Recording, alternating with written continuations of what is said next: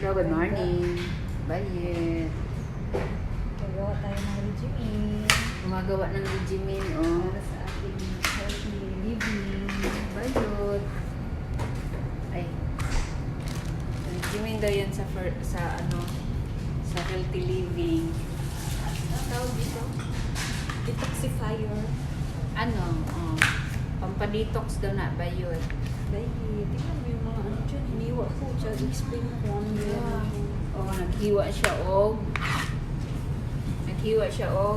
Dami naman na yung hinihiwa niya.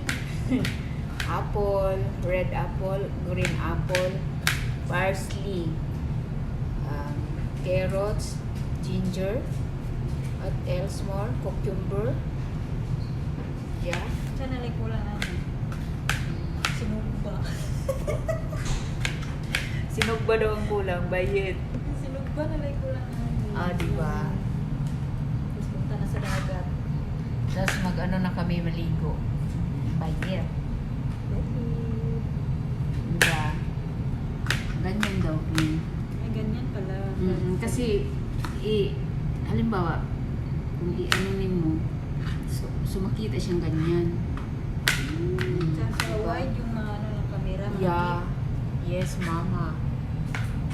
Kasi pag nakatayo siya nga, payat siya. Tama din. Ano? Oh. Usually kay ganyan man sila mag-camera mo. Like Master Light Duty. Uy, bayot! Ang mga hairnet. Diba? Yung pang cubes daw to. Anong gagawin mo dyan?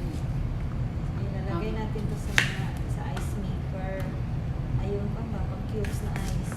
Oh. Tapos, pag tumigas na siya, every morning, before anything else matter, paglagay ka sa mainit na tubig ng isang cubes o 2 cubes, yun ang ilamin mo. Detox sa katawan, bago ka kumain ng ano, bago ka magkape. Yeah. Ganyan lang mga guys, ang ating detox. Need talaga mag-detox, lalo pa tiguang na siya. Ikaw ang bata. Yes, of course. Tapos, kasi di ba, halimbawa, meron na siyang,